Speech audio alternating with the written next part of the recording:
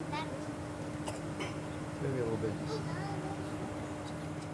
Looking out over California's Silicon Valley, the Fazili family could have landed on another planet since leaving Afghanistan. And when we receive in United States, and especially in California, we are so happy because we are safe. Just a few months ago, the Fazilis were caught in the Afghanistan evacuation nightmare. They recorded this video during a Taliban shootout at their apartment building, which killed a neighbor, and spent 3 days of terror outside the Kabul airport, waiting for a flight out and sheltering their young daughters from the gunfire in a drainage ditch.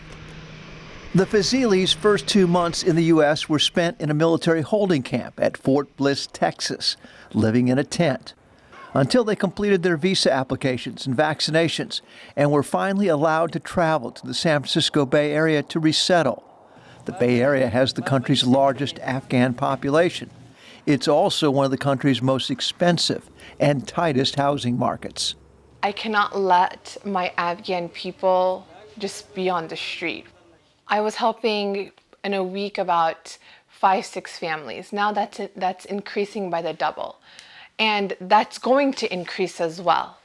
Medina Siddiqui, a first-generation Afghan American and volunteer for the local Afghan coalition, was able to get the Fazilis a hotel room for their first night and an Airbnb apartment in Hayward, California, just south of Oakland, for the next 30 days until they can find long-term housing.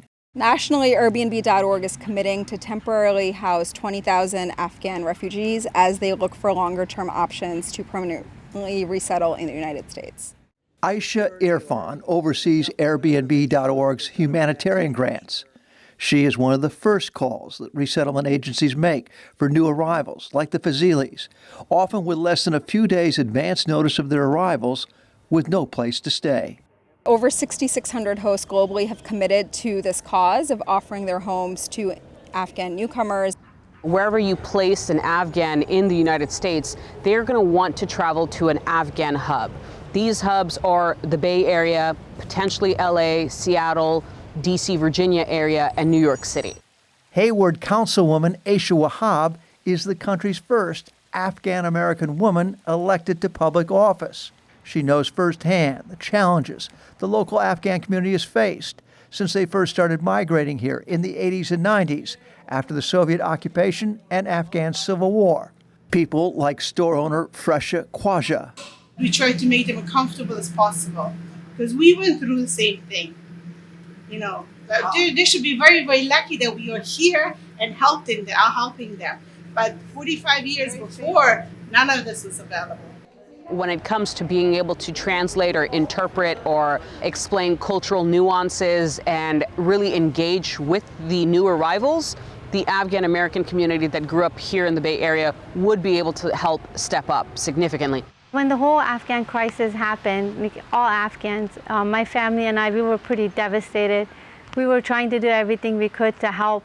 Lila Mir, a former accountant and financial advisor, is now cooking and delivering each week nearly 100 home-cooked Afghan meals for the refugees, with help from Chef, a regional online food service specializing in ethnic cuisines.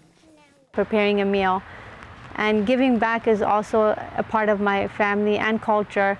I think Afghans, we love to feed. We will feed complete strangers. If we know there's somebody in our community, we will make sure there's food on their table.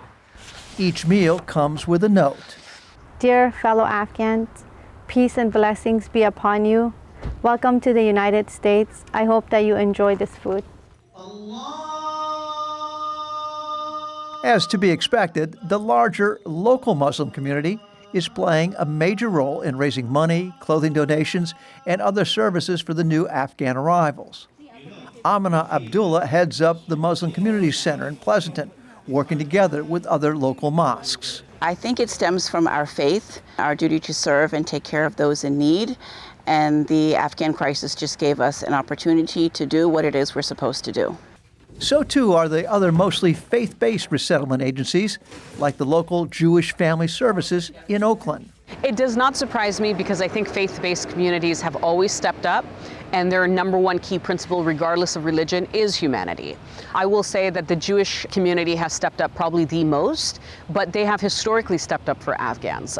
Even the Afghan Coalition was founded by a grant of $10,000 by one of the Jewish organizations. Is there one generous person who will commit to $15,000, inshallah, for our brothers and sisters in Afghanistan? Afghan refugee fundraisers, like this one at a local Afghan banquet hall, are also raising funds for their Afghan relatives still wanting to leave and trying to survive the Afghan winter, now that fuel and food imports have been cut along with foreign aid. And why should we help these new arrivals? Because they served the United States military. They were promised that if you served the United States military, with the risk of death in Afghanistan, you would be able to come to the United States. We want to leave Afghanistan, and we don't attention about where we want to go and which city of America. Just we want to leave Afghanistan because the situation is so bad. How important is it to have the Afghan community around you? Do you feel a bit more at home because there are people from your culture living close by?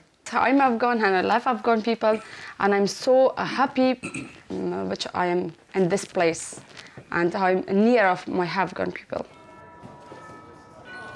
The local Marine Corps Reserve Unit's annual Toys for Tots campaign has added Afghan refugees to their holiday list of needy families this year. The city of Fremont's Mayor Lila Mir and Afghan American volunteers like Mina Adida led the $10,000 toy shopping spree. This would be the ultimate surprise for them. I don't think they're struggling to get basic necessities met, so this would be just a huge treat for them and their families. Especially for families like the Fazilis this holiday season, having recently arrived in the U.S. with no other possessions than the clothes they were wearing.